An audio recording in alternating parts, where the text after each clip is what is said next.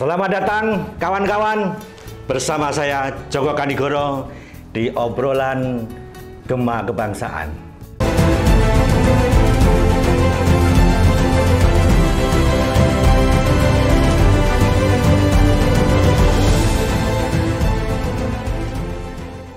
Kali ini kita kedatangan tamu. Ini seorang dokter, tapi jadi senior politik. Dia adalah Ketua Bidang Politik Partai Gema Bangsa, Bapak Yandra Doni. Selamat datang, Pak. Ini kalau kita bicara soal politik, saya manggilnya Pak Dokter ini. Siap. Ya kan? Jadi kita ini soal politik ini, apakah politik ini di zaman sekarang ini menurut kacamata dokter ini berpolitik kita ini sehat apa enggak itu kan? Ya, Pak Doni kan situasi sekarang ini Pak. Gitu. Siap. Menurut Pak Dokter nih, iya, yang menjadi ketua bidang politik, iya. Melihat situasi politik sekarang, perilaku para elit dan sebagainya itu, menurut Pak Doni sekarang ini sehat apa enggak? Kalau menurut saya sih tidak sehat, Pak. Tidak sehat. Indikasinya, Ya. satu, tingkat kepercayaan publik terhadap Pemerintah. terhadap partai politik Ah. begitu kecilnya terhadap tingkat kepercayaan publik. Ya.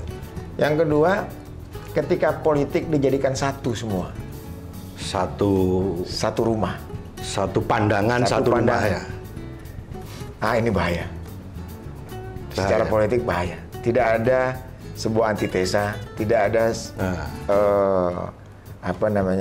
kelompok yang menjadi ini perbandingan sebagai melihat dari sisi lain. ya, dari sisi lain. Artinya kita ini tidak ada oposisi. Ya, memang kita tidak mengenal oposisi ya Pak, Ya. di bangsa kita. Cuman paling tidak ada suara lain, ada suara pandangan lain. Kalau semua partai politik dalam satu aransemen, Pandangan yang sama. waduh. Ini bahaya ya? Iya, jadi keputusan politik akhirnya rakyat harus makan. Harus menelan apapun keputusan politik itu tadi, Pak. Seragam. Iya, seragam. Jadi ketika dua lembaga trias politika kita, eksekutif dan legislatif, Jadi satu. maka yudikatif sudah lumpuh dia. Ya. Apalagi yudikatif pun sudah ikut di dalam benar. kebersamaan tadi. Jadi kalau menurut Pak Doni ini, Pak Dokter, jadi kalau politik ini seragam, Iya, satu warna, jadwal. artinya sudah nggak ada inovasi, nggak ada, Tidak ada. ya kan, alat kontrol juga makin lemah gitu. Dan itu cenderung menjadi otoriter, Pak. Oh, Nanti lari ke monarki dia. iya, jadi kayak raja. Raja dia. Dan udah kalau pada titik itu, Ya, masyarakat, rakyat jadi tidak punya kreasi tadi. ya benar. Boro-boro inovasi, Pak. Ya, kreativitas sudah nggak ada. Tidak ada lagi boro-boro inovasi. Ya, tapi memang kalau kita ya Pak, secara kultur ya, kalau di zaman Soekarno dulu kan politik sangat dinamis tuh Pak. Iya. Artinya ada kekuasaan, ada oposisi gitu kan, jadi saling kontrol kan. Iya. Nah, di Orde Baru semua seragam kan, diseragamkan, jadi cenderung menjadi otoriter kan. Iya. Menjadi otoriter, terus nggak ada inovasi yang menurut kita nggak ada yang inovasi untuk berkembang maju. Jadi cenderung kekuasaan itu lambat. Ya, sesungguhnya dari mulai zaman Soekarno juga, Ya. kita diktatorian itu sudah terjadi, Pak. Oh, Ya kan? ya. Bagaimana Soekarno memproklamirkan dirinya menjadi presiden Seumur hidup itu. Itu kan contoh, nggak bisa disangkal. Ya. Jadi kalau mengatakan bahwa Pak Soekarno juga demokratis, tidak juga gitu. Tapi dari beberapa sisi memang dia memberikan keleluasaan, tapi di sisi kepemimpinan tidak. Kepemimpinan tunggal. Begitu juga Soeharto. Ya. Nah, Soeharto sampai 32 tahun. Ya. Berkaca kepada itulah ketika kita reformasi, kita batasi Ya. kepemimpinan itu. Karena pemimpin dengan masa yang panjang, Ya. diktatorian tadi hampir dipastikan korup, Pak. Jadi kalau Soekarno itu memproklamirkan dirinya presiden seumur hidup, Iya. Soeharto presiden nggak diganti-ganti. Jadi ya sama aja ya kan. Jadi yang satu seumur hidup, yang satu Iya. tidak diganti-ganti. Tapi kan di reformasi ini kan kita ada perubahan undang-undang. Alhamdulillah itulah, Pak. Ya, dibatasi 2 kali. Iya. Ya. Andai kata tidak dibatasi, mungkin SBY juga mau seumur hidup juga. Semua orang kan kekuasaan itu kan candu, Pak. Iya. Ya kan? Nah. Orang lupa dan tidak mau lepas daripada kekuasaan itu. Jadi kalau kekuasaan itu, Pak, itu ibaratnya gini. Kita itu lari sejauh-jauhnya. Iya. Tapi kita merindukan bagaimana dia memperlakukan kita. Iya. Ya kan? Jadi kayak ilusinya itu kalau kekuasaan itu kan kita selalu di atas itu. Betul. Ini yang bahaya ya. Betul. Nah, Pak Doni, kan situasi ini. Tapi kalau sekarang ini kan memang tingkat kepercayaan terhadap Prabowo sangat tinggi. Iya. Dalam 6 bulan ini. Cuman memang ini agak paradok nih. Jadi tingkat kepercayaan terhadap Pak Prabowo tinggi, tapi terhadap pemerintahannya para menteri-menterinya itu dan partai, kan para menteri ini kan kebanyakan dari partai politik nih. Ini cukup rendah. Kalau saya menangnya beda ya, Pak. Ya. Kalau saya lihat bukan tingkat ke Pak Prabowo ini adalah popularitas dan elektabilitas tinggi, bukan. Itu adalah karena harapan orang terhadap Prabowo tinggi, Pak. Jadi antara harapan. Iya. Karena harapannya tinggi. Iya. Gitu. Ketika orang sudah hopeless, ya. Masyarakat sebagian besar sudah hopeless dengan kepemimpinan sekarang, ya. Dengan pemerintahan sekarang, ya. Dengan politik sekarang, ya. Mereka berharap Pak Prabowo bisa menyelesaikan, bisa berselancar memecah ombak. Nah, ini yang sebenarnya ditunggu, Pak. Langkah catur apa sih sebenarnya Pak Prabowo yang ada, Pak? Ya kan? Sebagian orang tidak percaya, Pak. Ya kan? Sebagian besar mengatakan nggak mungkin. Ya. Beliau mewarisi pekerjaan yang luar biasa, nggak mungkin bisa diselesaikan. Ya, ini terlalu berat. Ya. Apa hutang kita, kemudian pekerjaan pendidikan, ya. Masa depan SDM kita, ya. Kemudian kehancuran ya. SDA kita, sumber daya alam kita. Ya. Hampir dipastikan secara teori tidak ada satupun presiden yang mampu untuk rebound, untuk bisa bangkit. Secara teori pasti begitu, ya. Pak. Tapi sebagian besar memang tetap harapan itu kan harus ditumbuhkan, Pak. Ya. Hanya di sini tinggal dengan Pak Prabowo. Iya, nggak mungkin kita menunggu 2029, 2030. Kalau Pak Prabowo bisa menemukan itu sekarang, bisa mengambil langkah caturnya itu tadi. Ya kan? Ya. Maka kita running, Pak. Nah, gini. Ya. Cuma kan sekarang ini kan Pak Prabowo ini kan jadi presiden ke-8. Ya. Artinya kan dia mewarisi 7 presiden pemerintahan sebelumnya. Ya. Ya memang di masing-masing pemerintahan ini kan ada inovasi-inovasi yang dihadirkan atau dilakukan gitu. Tapi ketika kemudian masyarakat dihadapkan sekarang ini baru muncul, wah ternyata apa yang dilakukan pemerintahan kemarin ini kan juga fokusnya itu tidak bisa semua kan. Misalnya kayak Pak SBY, bagaimana Pak SBY itu membangun demokratisasi. Betul. Pak Gus Dur juga bagaimana dari Orde Baru ke transisi ke ke reformasi ini. Terus Pak Jokowi lebih pada pembangunan infrastruktur. Gitu. Semua punya legacy lah. Semua punya legacy. Iya. Nah, legasinya itu masing-masing. Iya. Tapi ketika kemudian sekarang ini kita tiba-tiba dikagetkan banyak hal. Iya. Salah satu adalah meledaknya angka pengangguran. Kambing hitamnya adalah COVID. Ya kan? Tapi bahwa COVID sudah berlalu, justru ledakan pengangguran itu justru pasca COVID gitu loh kan. Dan kalau kita lihat perusahaan-perusahaan ambruk dan sebagainya juga bukan karena ansih dari COVID. Yeah. Terus tiba-tiba kita dikagetkan lagi muncullah tambang-tambang yang berada di wilayah yang itu seharusnya bukan untuk ditambang. Yeah. Ya kan? Kita baru dikagetkan lagi ternyata korupsi di Pertamina, korupsi di Antam, ternyata banyak banget gitu. Iya. Artinya sebetulnya pemerintahan sebelumnya itu dia juga menghadirkan legacy. Iya. Tapi juga legacy pembangunan, legacy yang positif, tapi juga legacy keburukan gitu. Iya. Nah, ini semua hadir di pemerintahan yang dipimpin oleh Pak Prabowo. Betul, Pak. Nah, kira-kira ini kan Pak Prabowo ini kan kompleks kan? Iya. Kira-kira Pak Prabowo ini bisa menyelesaikan ini nggak, Pak? Kalau dilihat dari kemampuan kognitifnya, Pak. Ya. Kognitif ya, Pak. Kognitif. Beliau mampu, Pak. Mampu ya? Kognitifnya. Ya. Dia punya kognitif untuk itu. Kemudian dia juga karena orang lapangan. Ya. Maka psikomotornya juga bagus. Motoriknya. Iya, motoriknya pasti juga bagus. Ya. Jadi dua hal itu yang membuat harapan kalau dari saya. Ya.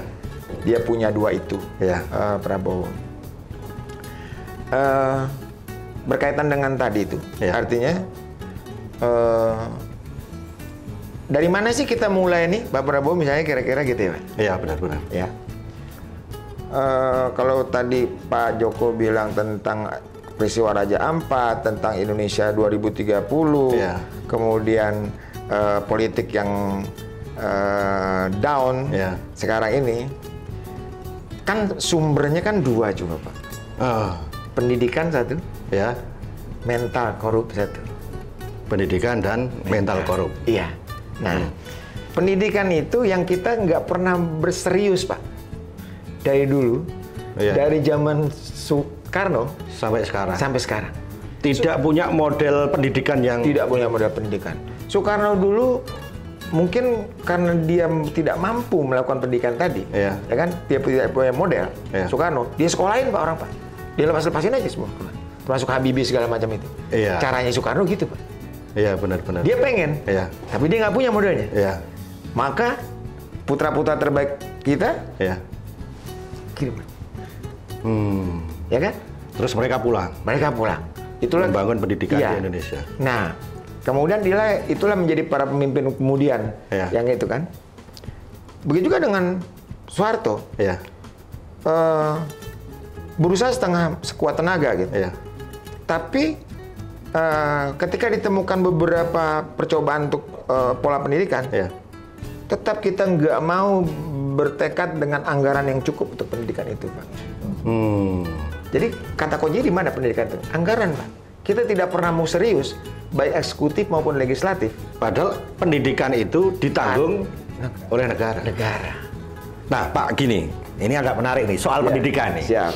Saya kebetulan juga sarjana pendidikan, Pak. Oh, sarjana pendidikan. Oke. Saya ngomong soal pendidikan. Oke. Jadi gini. Iya, Pak. Tahun 90-an, saya masih ingat nih.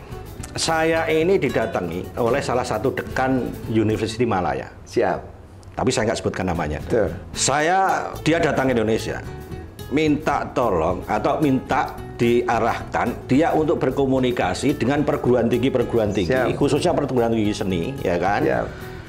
Untuk menciptakan kurikulum pendidikan di Malaysia, khususnya perguruan tinggi, ya kan? Ya kan? Nah, dia pulang selama 3 tahun, 4 tahun, 5 tahun, ya kan? Dia mengundang saya ini ke Malaysia, ke Universitas Malaya waktu itu. Kita ngundang, terus ternyata dia sudah berdiri perguruan tinggi lagi satu. Yang dulu dia kurikulumnya belajar dari Indonesia. Dan sekarang itu perguruan tingginya itu menjadi besar dan orang Indonesia, ya kan, banyak kuliah di situ. Betul. Nah, artinya sebetulnya kita ini kan di awal ini kan sistem pendidikan kita kan bagus ya. Artinya sistem pendidikan nasional kita. Memang sekarang ini kita jadi bingung. Apakah sistem pendidikan nasional kita ini memang gagap, ya kan? Artinya gagap gini. Ketika perkembangan teknologi, perkembangan ilmu pengetahuan, sains kan, tiba-tiba kita gagap dan kita tidak bisa mengikuti pendidikan. Kalau menurut Pak Doni itu, ini persoalan, Pak. Ini persoalan ini. Gini, Pak. Kita nggak pernah mau untuk melakukan riset dari zaman Soekarno. Riset itu kan biayanya menghabiskan luar biasa, Pak. Sebuah riset. Misalnya, saya mau meneliti kopi, ya kan? Bagaimana kopi ini menjadi kopi yang dengan kopi unggulan, yang bisa dengan produksi cepat tapi murah tapi berkualitas tinggi. Gitu. Saya ajuin nih kepada Bapak, saya mau bikin penelitian nih untuk kopi ini, ya kan? Bapak sebagai pemerintah nggak mau melakukan itu. Untuk riset aja nggak mau. Untuk riset nggak mau. Karena ketika saya gagal dalam penelitian saya pertama, saya nggak mau tahu, Pak. Ulang lagi, Pak. Saya minta lagi sama Bapak. Nah, ini yang kita, para pemimpin kita nggak mau melakukan. Tapi kan di negara-negara maju ya. Kalau di negara maju tadi, Pak, dia mau melakukan itu, Pak. Rugi lagi. Tapi begitu dia ketemu, Pak, jadi hak paten dia. Iya, kayak Cina misalnya, Cina, Amerika. Cina itu kan dulu sama Indonesia ketinggalan jauh. Mereka itu melakukan riset besar-besaran, ya kan. Setelah mereka riset, baru dia merumuskan. Ternyata memang arah kebijakan pemerintah seperti ini, dan disitulah industri itu dikembangkan kan. Dari industri otomotif, industri teknologi, industri pertanian mereka. Iya. Jadi kalau kita mau lihat dari akar masalah tadi, Pak, tadi pendidikan. Yang kedua, banyaknya suku, banyaknya wilayah, besarnya keragaman, Pak. Bagaimana kita bisa membuat satu simfoni, Pak? Kita membuat sebuah orkestra. Itu nonsens sebenarnya. Nah, sesungguhnya untuk negara seperti Indonesia yang terdiri daripada pulau-pulau, bersuku-suku, berbagai ragam aneka tadi, yang paling tepat sebenarnya ya Indonesia Serikat, Pak.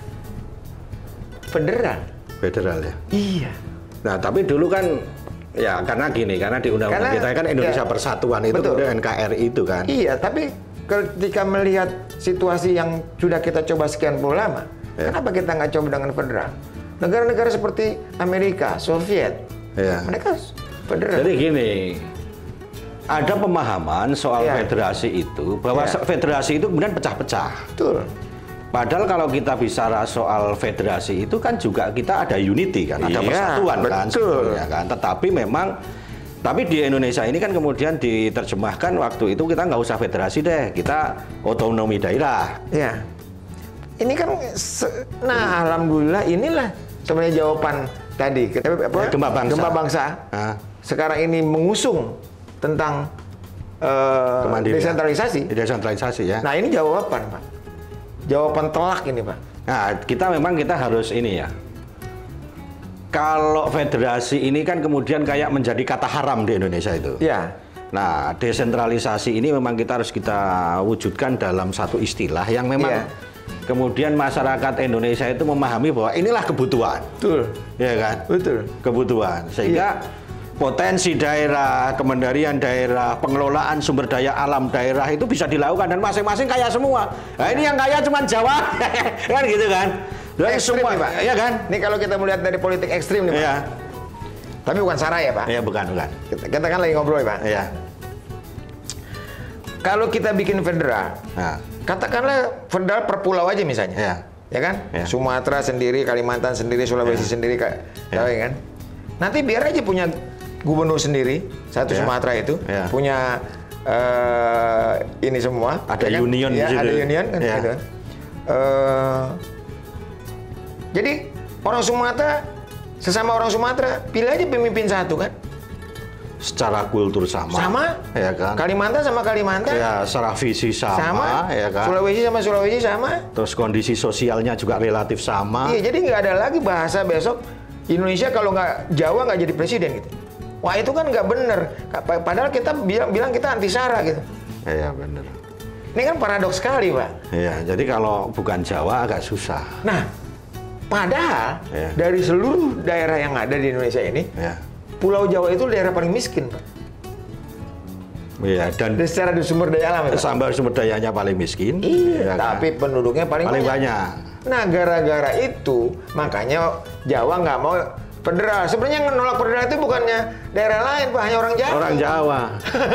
Karena begitu beneran, Jawa miskin, miskin, ya, Pak. Tapi kan gini, sebenarnya soal miskin kan seharusnya gini. Kalau kita bicara soal inovasi, kan sebetulnya ya udah Jawa ini akan menjadi pulau memang dia lebih fokus ke bidang jasa, ya kan. Dari semua jasa perdagangan kan tinggal regulasinya nanti diatur di situ kan. Biar nanti kemudian yang lain kaya, Jawa miskin kan nanti mereka pindah-pindah lagi gitu. Tapi itu soal ini ya Pak, artinya soal pandangan bahwa desentralisasi itu memang sangat diperlukan gitu. Tapi menurut saya ini Pak, ini agak menarik yang saya dengar tadi soal kesehatan mental. Iya. Ya kan? Iya. Kesehatan mental kan yang pertama kan di pendidikan. Artinya pendidikan kita memang kita harus punya role yang model yang perlu yang lagi pikiran lagi. Yang kedua soal mental korup ini kan. Ternyata di samping ada legasi pembangunan yang dibangun, ternyata legasi korupsi juga mental makin tinggi. Itu kan ya, kalau dulu kan kita ada korupsi puluhan miliar, gede Pak, ratusan miliar gede. Ini udah triliun, kuadrat triliun gitu, gila gitu Pak. Ini kan menurut saya, apakah karena nilai rupiahnya turun sehingga yang dulu 500 miliar, 100 miliar itu sekarang menjadi kuadrat triliun, atau memang ada peningkatan jumlah korupsi, peluangnya lebih besar? Tadi sebenarnya kan pada mental Pak. Mental kita makin lama makin hancur, makin rusak. Kemudian sumbernya dari mana itu? Akarnya dari mana mental itu? Kalau mau ekstrim lagi nih, saya mau ngomong gini nih Pak. Kalau sekolah rusak, jalanan rusak, siapa yang kita salahkan Pak? Eksekutif Pak. Itu tugas eksekutif. Kalau aturan salah, kita salahkan legislatif. Tapi kalau moral yang salah, akhlak yang salah, adab yang salah, mental yang salah, yang rusak, apa salahkan eksekutif Pak? Enggak, nggak bisa dong. Itu bukan domainnya eksekutif, bukan juga domainnya legislatif, apa yudikatif, tidak. Terus domain siapa tuh? Siapa? Kalau bangsa ini rusak, tadi moral dan mentalnya tadi, itu kan domainnya pemuka agama Pak. Dulu saya punya ide Pak, dulu di pemerintahan deh Pak. Saya bilang kepada kepala badan kepegawaian itu, saya bilang gini. Mari kita bikin 4 kelompok pegawai ini. Satu, mereka yang benar dan pintar, masukkan dalam satu kelompok. Kelompok kedua, mereka benar tapi tidak pintar, ya kan? Satu lagi, ada kelompok yang dia benar, tidak benar tapi pintar, sebaliknya.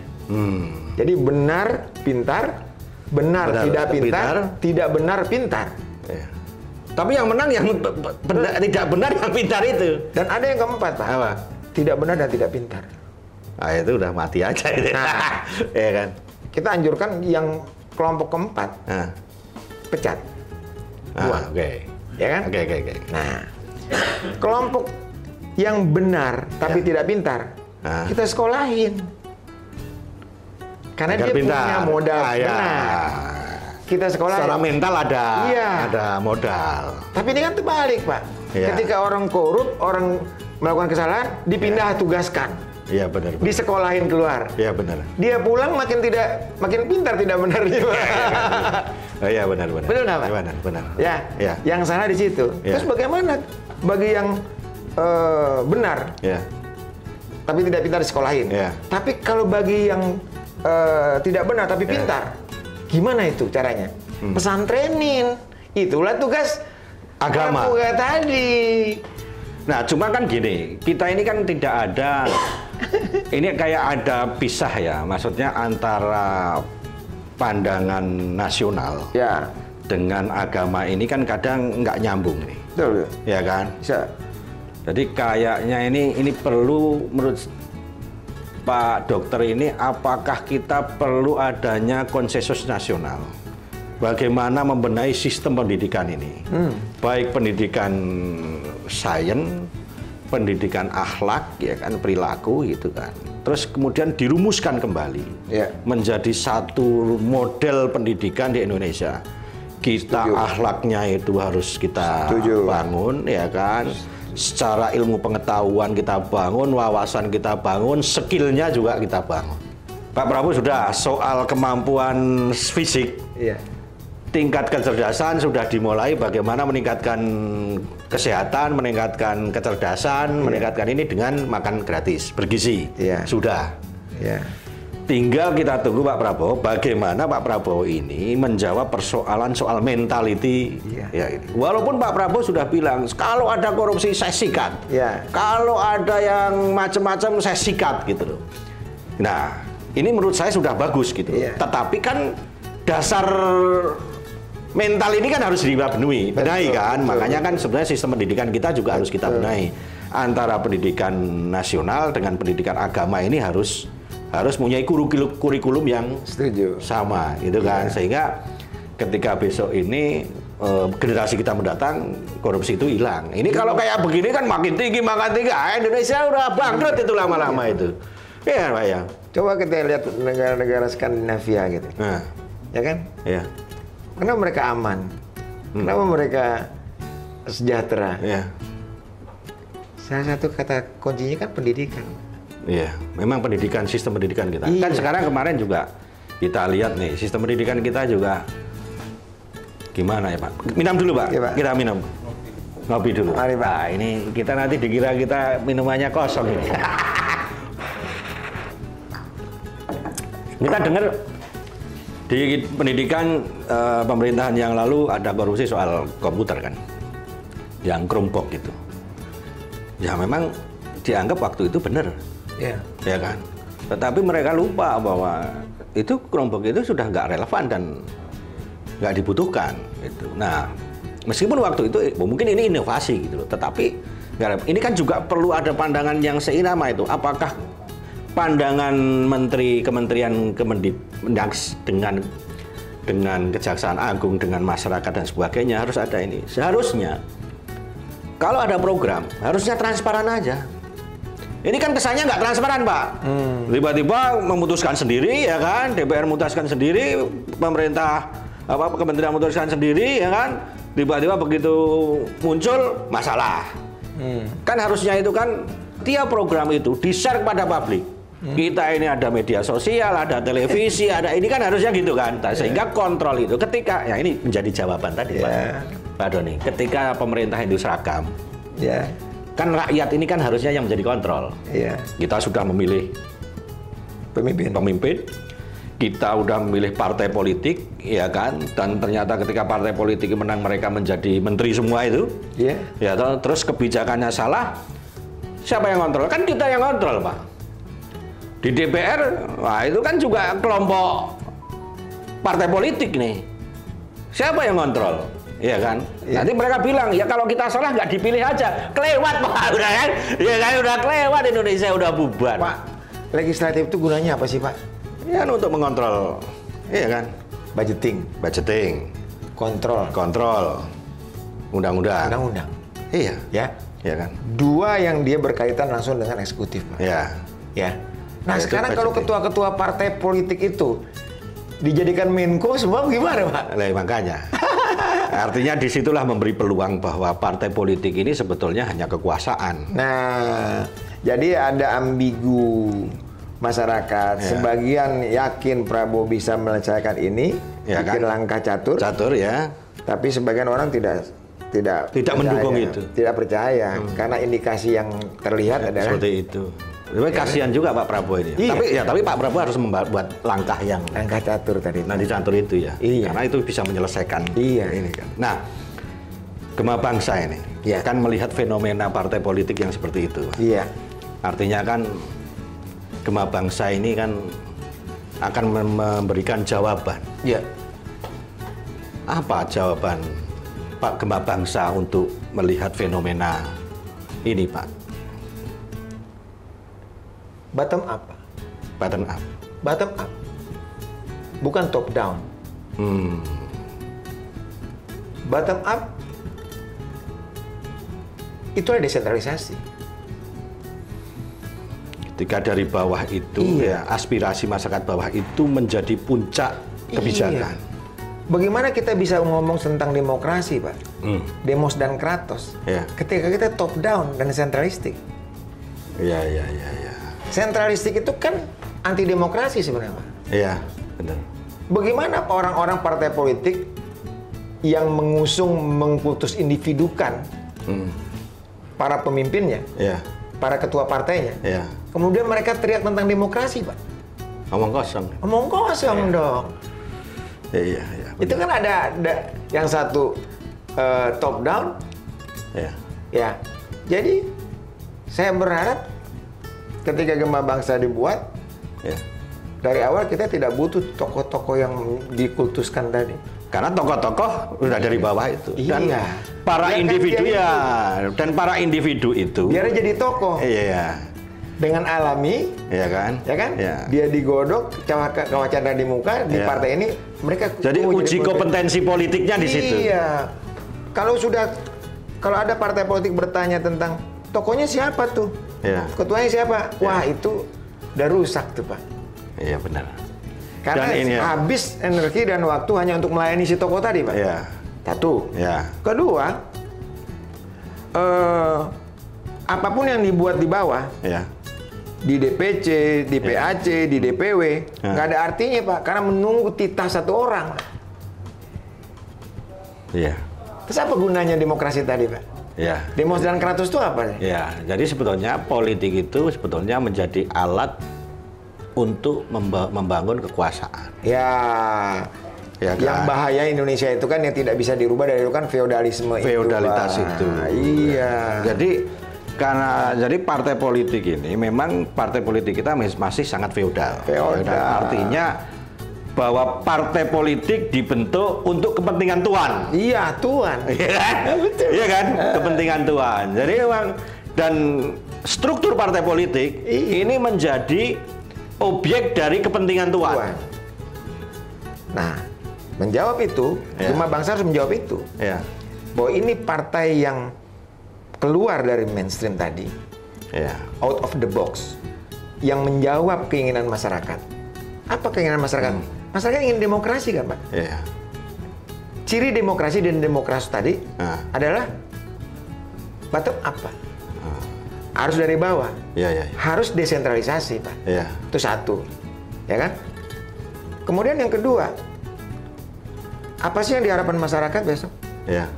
Lapangan pekerjaan. Gema Bangsa ini harus menjawab itu, Pak. Tapi sebentar, ini sebelum kita masuk lapangan pekerjaan. Jadi Gema Bangsa ini itu melihat bahwa partai politik ini sangat sentralistik yang selama ini terjadi. Sehingga struktur partai politik ini menjadi alat untuk memuluskan atau melegitimasi kepentingan tuan. Ya kan? Artinya mereka artinya hampir semua yang berada di partai politik itu menjadi budaknya para tuan itu. Gitu kan? Itu yang pertama. Nah, yang kedua, Gema Bangsa ini mencoba untuk menjadi antitesa dari partai politik yang ada. Ya kan? Dengan membalik semua itu bahwa partai politik itu akan membentuk tuan-tuan yang banyak ini, ya kan gitu kan. Artinya mereka bekerja atas nama diri sendiri, ya kan, menuankan diri sendiri, ya kan, untuk berkomitmen terhadap bangsa ini, ya, sehingga semua keputusan, ya kan, semua keputusan politik kolektif kolegial. Jadi tuannya adalah rakyat itu. Ini jawaban bagaimana membangun demokrasi yang benar. Betul. Ini menarik ini Gema Bangsa ini. Jadi Gema Bangsa ini, makanya saya lihat logonya itu. Saya tanya, itu logonya apa? Ya karena ini dia ini, jadi dari bawah, ya kan, besar, terus dia mengerucut ke atas. Jadi, tapi di atas ini hanya sebagai rule. Bukan sebagai pengabdian. Bukan pengambil kebijakan pengambilan tunggal. Jadi pengambil kebijakan tunggal itu di bawah. Nah, jadi nggak ada lagi tuh besok di Gema Bangsa, ya kan, misalnya pilkada ditentukan oleh DPP siapa yang didukung. Ya nggak ada, DPP nggak paham, ya kan? Pencalekan ditentukan oleh DPP. Siapa yang nomor-nomor pencalekan itu segala macam, itu nggak boleh lagi. Boleh lagi. Kalau dia desentralisasi dan dia bottom up. Iya. Dia harus linear nih Pak. Iya. Harus sejalan. Dan ini harus konsisten. Harus konsisten. Ya kan? Dan bupati, meskipun kemudian delegitimasi secara administratif oleh DPP, tetapi yang menentukan, yang yaitu DPD. Gubernur ya DPW. Ini menarik ini. Ini partai menurut saya ini bagaimana ketika masyarakat sudah melihatnya. Di Gema Bangsa, nggak ada lagi tuh DPP memeras anggota legislatif, Pak. Memungut. Oh iya. Itu semua partai kan, Pak? Hampir semua partai. Sehingga dia harus cari duit kan, Pak? Untuk kebutuhan partai. Ya, di situ. Nah, karena dia mencari duit tadi, dia sikut kanan sikut kiri juga kan. Jadi gini, ini kan kalau sistem pemilu ya kan, jadi dia sudah dipalak oleh partai, ya kan. Terus palak gitu ya. Ya dipalak gitu. Ya memang benar kan? Ya kan, karena apa? Pungutan tidak resmi. Diperas tuh. Tidak diatur dalam regulasi partai. Tidak diatur dalam regulasi undang-undang kepartaian, ya, tapi itu dilakukan kan namanya dipalak, ya kan? Tiap urusan dia dikejar ke situ. Iya, begitu kemudian sudah dipalak, dia maju bupati harus mengeluarkan duit karena secara kultural bahwa pertarungan elektoral di bawah itu money politik. Iya. Jadi dia sudah dipalak, ya toh, karena asumsi mereka bahwa rakyat butuh duit untuk milih dia lagi kan. Setelah dia jadi, apa yang dia lakukan? Dia lari bawa itu semua. Iya kan? Begitu jadi bupati, begitu jadi wali kota, gubernur. Balik modal dulu dong. Balik modal dulu. Korupsi. Iya. Makanya kekuasaan itu pasti kalau anggota partai yang ke eksekutif. Ya. Nah, ketika anggota partai yang ke legislatif. Ya. Nah, ini juga harus rekrutmen awal, Pak. Kerusakan daripada legislatif kita.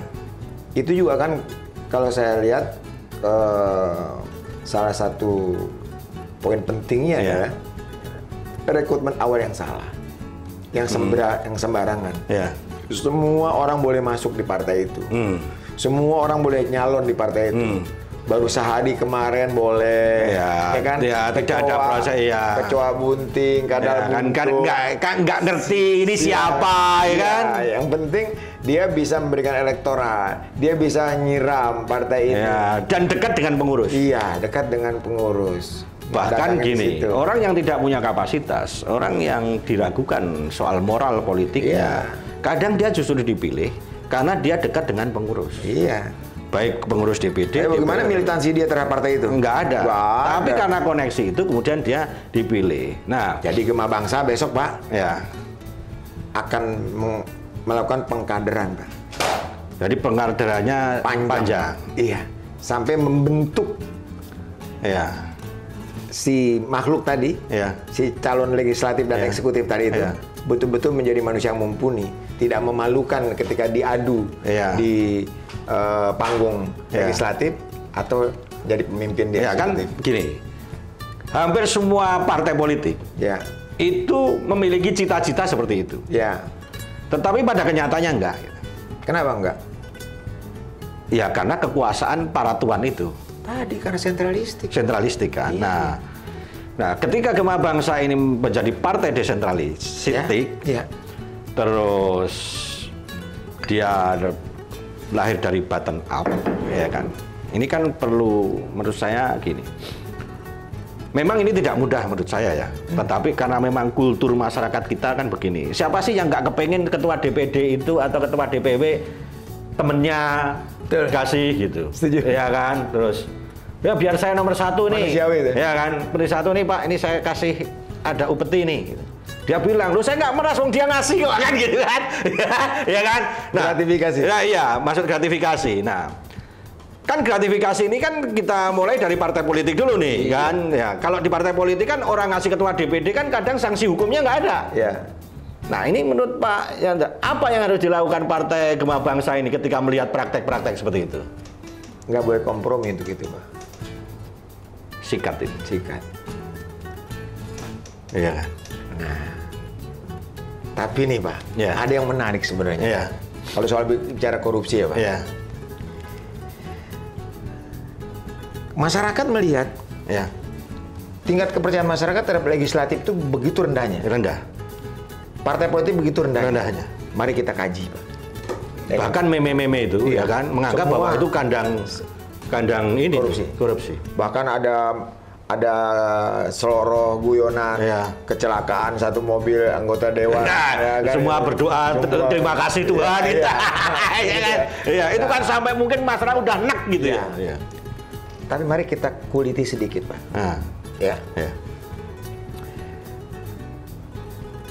Berapa sih korupsi anggota legislatif dan berapa besar korupsi eksekutif? Lebih besar? Eksekutif nggak ada apa-apanya legislatif Pak, nggak ada 1%-nya Pak. Korupsi yang terjadi di legislatif itu paling hanya 1% dari yang terjadi korupsi di eksekutif Pak. Lebih besar di eksekutif? Iya. Tapi kenapa? Yang jadi kambing hitam adalah legislatif. Kenapa yang jadi kambing hitam partai politik? Karena mereka, kemampuan mereka, pengetahuan mereka tentang regulasi, tentang keuangan dan segala macam, ya kan, tidak mumpuni para anggota-anggota dewan tadi Pak. Makanya mereka mudah kejeblok Pak. Kualitas anggota legislatifnya, kapasitasnya tidak mumpuni. Sehingga menjadi korban. Coba eksekutif. Dia tahu bagaimana mengamankan ini, bagaimana caranya mengalukan ini, bagaimana begini dan begitu. Loh, tapi gini, kan eksekutif kan dipilih sama legislatif nih Pak. Ya kan? Terus dipilih nih, jadi dia jadi eksekutif. Begitu jadi eksekutif, korupsi, ya kan? Kan ini kan produk dari legislatif nih. Jangan-jangan mereka bekerja sama? Enggak, itu kan hanya ketuk palu aja Pak. Tapi dia hanya dapat bagian sedikit sebenarnya, kecil aja dapatnya. Kan gini, kan kalau saya menjadi eksekutif nih, saya didukung salah satu partai. Betul. Terus saya menjadi apa namanya? Saya legislatif. Legislatif. Bapak milih saya nih, ya kan? Nah, terus di situ kan saya ngobrol sama Pak ini anggaran yang bisa kita mainkan mana nih, kan gitu kan? Ketika ada angka 10, saya 10 nih, oke kita ambil nih 10. Kita ambil 10. Bapak mau kasih saya berapa Pak? Paling 1 Bapak kasih saya. Orang Bapak ngeluarin banyak kok untuk gitu. Begitu dia legislatif mau minta banyak, lu kan udah kasih kemarin kan gitu kan? Dan 1 yang Bapak kasih ke saya, Bapak juga yang ngedorong untuk itu. Jadi politik itu memang ini ya, berbahaya ya. Ngeri, dan ini di Partai Kebangkitan Bangsa akan kita benahi. Jadi sebenarnya kalau partai politik itu ngerti soal itu Pak, kalau mereka bersatu, partai politik itu benar menjadi controlling, budgeting, ya kan, membuat aturan. Terhadap eksekutif tadi, nggak akan main bebas begini eksekutif Pak. Dan ini memang soal ini ya. Ini Bapak pernah mempelajari APBN dan APBD nggak Pak? Sedikit-sedikit saya Bapak. Coba nanti nih kita lihat ya APBN APBD ini. Kan kalau APBN itu APBD itu, kan ada pendapatan ada pengeluaran. Betul ya Pak? Iya betul. Nah, ketika pengeluaran, jalurnya kan cuma ada 2 Pak. Belanja aparatur, dan belanja publik Pak. 2 itu. Nomenklatur 1000 nomenklatur. Sebetulnya intinya cuma 2. Saldonya ke bawah adalah kiri belanja aparatur, belanja publik. Belanja publik itu yang DAK itu. Belanja publik itu ya bikin sekolah, jalanan. Kalau kan? Yang ini belanja aparatur kan gaji. Buat gaji segala macam, ya kan? Buat kesejahteraan segala macam. Kalau di ini kan di APBN dana alokasi khusus, dana alokasi umum. Bukan, itu beda lagi Pak. Beda lagi? Beda. Itu hanya dana alokasi umum pembagian daerah pusat itu mah, ya kan? Ada khususnya. Ini kalau kita lihat angka di APBN, APBD, ya kan? Belanja aparatur itu berapa persen sih dari pengeluaran itu? Belanja publik itu berapa persen sih Pak? Dari total APBN? Iya.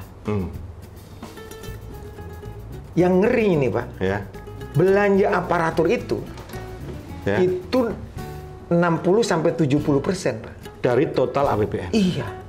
Jadi pembangunan kita itu cuma 30%. Ngomongin 30%. Itu kata kunci Pak, satu. Jadi sebetulnya ini kan pemerintahan kita ini kan nggak efisien. Nggak efisien. Jadi beban APBN itu sebetulnya karena Hanya itu. Dan mereka nggak kreatif lagi. Iya. Ya kan? Dan rakyat bayar pajak. Nah, iya. Untuk apa? Untuk baju mereka semua itu kan. Iya. Untuk bancakan itu semua kan. Makanya benar ya. Ya. Iya. Nah, kalau di negara-negara maju Pak, Iya. belanja aparatur itu cuma 20-30% Pak. Semuanya untuk biaya pembangunan. Iya. Logikanya kan sederhana gini Pak, Iya. Pak Joko ya. Duit yang banyak, Iya. yang 70% tadi, Ya. kok diberikan kepada untuk manusia yang sedikit, aparatur, Ya.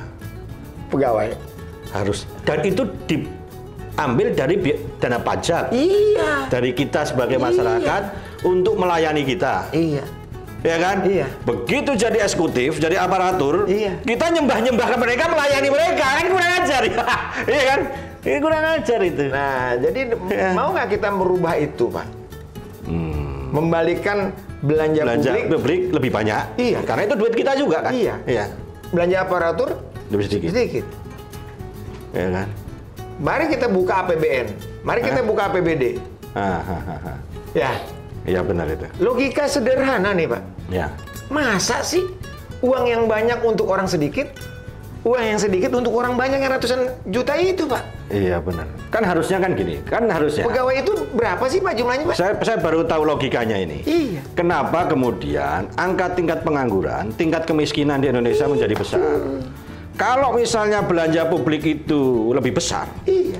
dibikin proyek industri alternatif, Betul, Pak. kan pengangguran semua terserah pekerjaan, ya kan? Gitu kan? Ya, toh. Masalahnya 70% ini udah dibancak oleh Dibancak oleh segelintir orang itu. orang. Iya. Dan Jadi kalau hari ini kita masyarakat memuja-muja pemerintah, memuja-muja eksekutif, itu salah. bodoh. Ya kan bodoh. Ini benar nih. Jadi kan harusnya kan ya kita gini. Orang dia udah dapat privilege banyak. Iya. Dia dapat fasilitas banyak. Iya, benar itu. Nih, Pak. 30% yang sisa untuk belanja publik. Tahu, Pak? Itu pun masih bocor halus dimakan, Pak. Oleh mereka, Pak. Iya. Masih kurang. Masih kurang. Betapa rakusnya, Pak. Iya. Jadi titik korupsi apakah di eksekutif atau di legislatif sebenarnya? Eksekutif. Eksekutif, tapi mereka pada pintar karena di sekolahin tadi, Pak. Nah iya, dan legislatif karena tidak ada uji kompetensi, nggak paham ya kan? Itu ya benar. Nah ini menjadi PR bagi Gemah Bangsa menjadi PR. Bisa. Kita harus punya Gemah Bangsa harus punya anggota legislatif yang memang secara kapasitas intelektual, pengalaman, dan dia sesuai bidangnya. Itu benar. Ngerti poin pentingnya di mana, Pak? Ya, jadi saya masih udah paham ini sekarang. Ya kan? Saya kemarin tuh nggak paham ini. Ini industri kita ini kan jumlahnya kan angka usia produktif kan besar. Iya. Harusnya kita kan juga punya lapangan pekerjaan yang lebih luas. Iya. Tetapi kenapa ini tidak bisa gitu? Ternyata memang belanja publik itu sangat terbatas. Iya. Gak cukup uang. Nggak cukup. Ya kan? Ya, sekarang jalanan nih, Pak. Gitu. Jalanan harusnya 12 cm. Iya. Ya. Ya jadi 6 cm. Mending, Pak. 3 cm. Kan 3 cm kan, Om? Iya. 3 cm pun dikorup lagi, bocor halus. Iya. Tinggal 1 cm. Rusak. 3 bulan rusak, Pak. Iya. Project lagi. Project lagi. Itu mental lagi, Pak. Mental lagi. Ini memang kita udah bobrok ini. Nah, Sebetulnya kalau masyarakat itu paham bahwa di alokasi anggaran aja sudah salah, ya. kan harusnya dibenahi di situ. Harusnya anggota DPR itu coba kita bedah itu komentaturnya itu. Iya. Berapa belanja APBN, belanja aparatur ini, belanja publik berapa? Sehingga anggaran untuk publik ini ya kan untuk bisa menyelesaikan persoalan angka pengangguran. Berapa itu. sih sekarang gaji aparatur, Pak? Gaji pegawai? Ya, nggak tahu berapa sekarang. Kan cuma 3 juta, 4 juta. Iya. Tapi kenapa mereka berlomba untuk masuk situ berani bayaran miliar?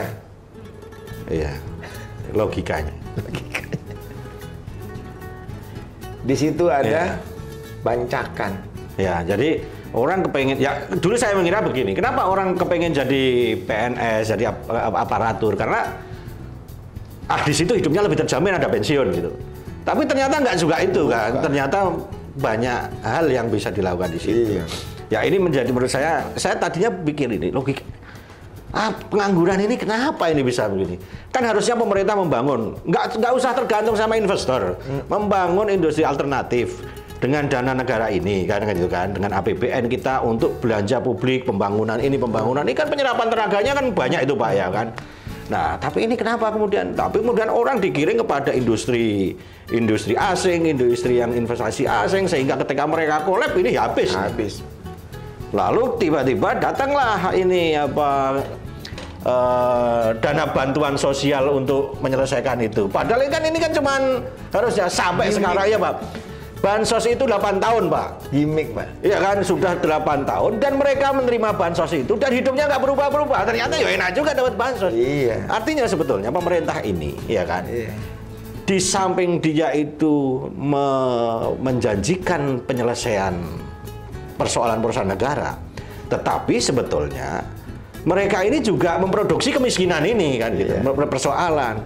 Dan ini dilegitimasi oleh partai politik. Betul. Ketuk palunya di situ. Partai politik. Ngegongnya, Pak. Memang kita dibutuhkan partai politik yang memang kita harus menjadi bersuara, bisa menyelesaikan. Untuk memperbaiki tadi, Pak. Iya. Berbagai hal-hal yang mendasar tadi. Gitu. Nah, ini menurut saya menjadi PR Pak Prabowo kan. Iya. Bahwa Pak Prabowo harus bisa menyelesaikan persoalan ini kan gitu. Nah, sama dengan gini misalnya, Pak Doni, saya bicara kita soal ini. Kita isu yang paling menarik ini kan soal tambang Raja Ampat ini. Iya. Dan ternyata PT GAG itu dapat IUP-nya. Walaupun dia sebetulnya sudah lama ada di PT GAG itu, tapi dapat IUP penambangan di Raja Ampat itu tahun 2017-18 kalau nggak salah saya dengar itu. Nah, artinya sebetulnya ini baru. Dan di situ wilayah destinasi. Pariwisata ini, Pak. Pariwisata terus ekonomi kreatif ini kan menjadi industri alternatif tanpa asap.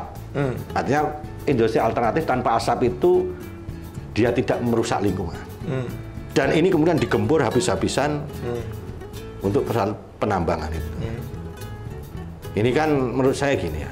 Ya orang boleh ngomong bahwa ya memang kita sekarang ini dunia lagi membutuhkan nikel gitu. Dan kita itu adalah salah satu penyuplai nikel terbesar dunia.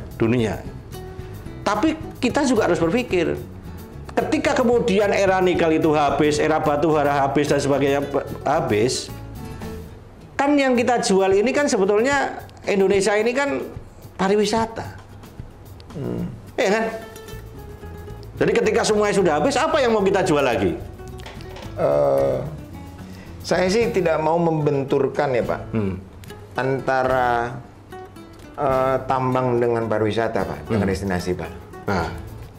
Karena tidak apple to apple juga bentukan itu, beralasan karena destinasi gitu Pak. Tapi jauh yang lebih penting, itu tambang itu legal apa tidak, satu Pak. Kan yang ditemukan tuh banyak tambang ilegal Pak. Tapi di situ sudah terbitip ya. Terus ada lagi tambang yang remang-remang, legal yang sebenarnya jalurnya ilegal Pak. Legal tapi prosesnya ilegal. Kayak misalnya ada orang punya ijazah, ya kan, asli, betul asli dari yang mengeluarkan institusi mengeluarkan, benar. Tapi prosesnya tidak dijalani dengan benar. Ya salah juga. Salah juga. Misalnya karena dia anak rektor, dia tertua rektor, maka dia punya privilege, punya karpet merah, sehingga dia nggak masuk kuliah pun bisa dapat kira-kira begitu ya Pak. Asli tapi prosesnya yang salah. Iya, prosesnya nggak benar. Itu yang saya bilang dengan tambang yang remang-remang, ya kan?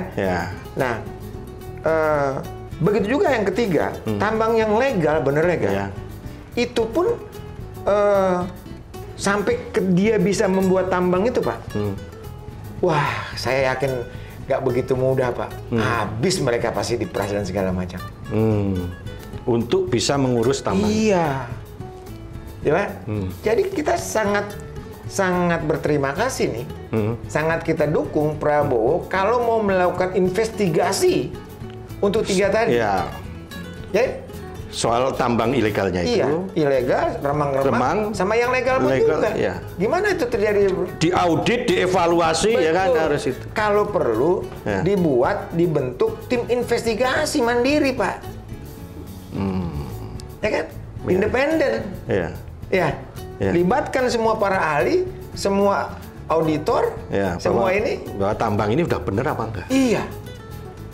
Karena saya pernah dengar dari beberapa petinggi, katakanlah Anggito pernah bicara, Mahfud pernah bicara, Abraham Samad pernah bicara, kan gitu ya, bahwa kalau hasil tambang ini 10%-nya aja, diberikan untuk pembangunan, itu sudah bisa membuat Indonesia 10 kali Amerika, Pak. Jadi tambang? Iya. Ali Sadikin kan dulu pernah bilang, Pak. Berikan kewenangan pengurusan sumber daya alam kepada saya 10% saja minyak, ya kan? Saya bisa bangun. Saya akan buat Indonesia 10 kali Amerika. Berarti besar juga itu. Sangat hilang besar, itu. Pak. Hilangnya. Kepada siapa? Oknum, Pak. Segelintir manusia. Iya, tapi saya kira mereka nggak pernah tanam, mereka nggak pernah bentuk. Itu Tuhan yang bikin. Mereka tinggal. Makanya serakah banget. Iya. Jadi gini, saya pernah dengar ini, Pak. Ini tambang asli. Ya. Misalnya tambang resmi nih, Pak. Ya. Dia di wilayah, dia punya IU operasionalnya sudah. Terus, jadi mereka ini nggak nambang di sini, Pak. Legal jualnya pakai tambang ini. Nah, dia membayar orang-orang yang ilegal itu, ya kan, di samping di koridor, di mana gitu kan. Nah, nanti dimasukkan sini terus dia seolah-olah jual. Nah, kan ini kan artinya gini, tambang dia utuh, ya kan, yang ini rusak lingkungan yang itu kan habis kan, baru nanti dia kita nggak nambang, tapi diaudit penjualannya besar. Betul. Ini yang menjadi persoalan. Nah, ini kan harus diatur di. Kita pernah dengar soal Papa minta saham misalnya, ya, betul. Kan? Ya. Freeport segala macam. Kok saya aneh ya? Freeport katanya dikembalikan sudah, diambil alih. Tapi mana buktinya? Nggak ada. Uang ke APBN ada dong muncul di situ, ya kan? Jadi kan itu lagi-lagi itu sebuah tipu masyarakat lagi aja. Ya kan? Masyarakat percaya aja tuh. Dan kita seneng gitu kan? Senang lah. Iya, jadi sebetulnya kita ini kalau dilihat ini ya, kayak kita itu kayak penonton, orang badut ngomong terus kita manggut-manggut gitu. Seneng. Iya kan? Jadi elit menciptakan ilusi. Iya. Rakyat itu suruh mempercayai gitu. Iya. Walaupun itu semua ilusi aja gitu. Iya. Sekarang kalau misalnya nih, biaya makan bergizi gratis tadi, Pak, anggaran itu dilimpahkan buat pendidikan misalnya. Tapi kan makan gizi gratis juga itu untuk pendidikan. Itu bantahannya banyak, Pak. Tapi kalau pendidikan difokuskan untuk itu, sampai universitas misalnya kita nggak bayar. Nah, keputusan MK sekarang semua sekolah walaupun itu swasta, keputusan MK beberapa minggu yang lalu itu gratis. Mau nggak dilaksanakan? Ya harus mau lah itu. Nggak ada anggarannya. Ya makanya ini. Kalau sekedar mau sih bisa kan, Pak? Nah, kenapa nggak ini yang dia masukin ke sana gitu, Pak? Ya karena harusnya pemerintah. Mana skala prioritas ya, Pak? Ya kan? Keadaan Indonesia? Kalau menurut saya skala prioritas pertama pendidikan. Pendidikan. Karena kalau pendidikan kita buruk ya kita kesehatan. Kesehatan. Ini kan antara kesehatan dengan pendidikan nih kayak mana telur mana ayam dulu. Pak Presiden kita melihat. Itu harusnya bareng, Pak.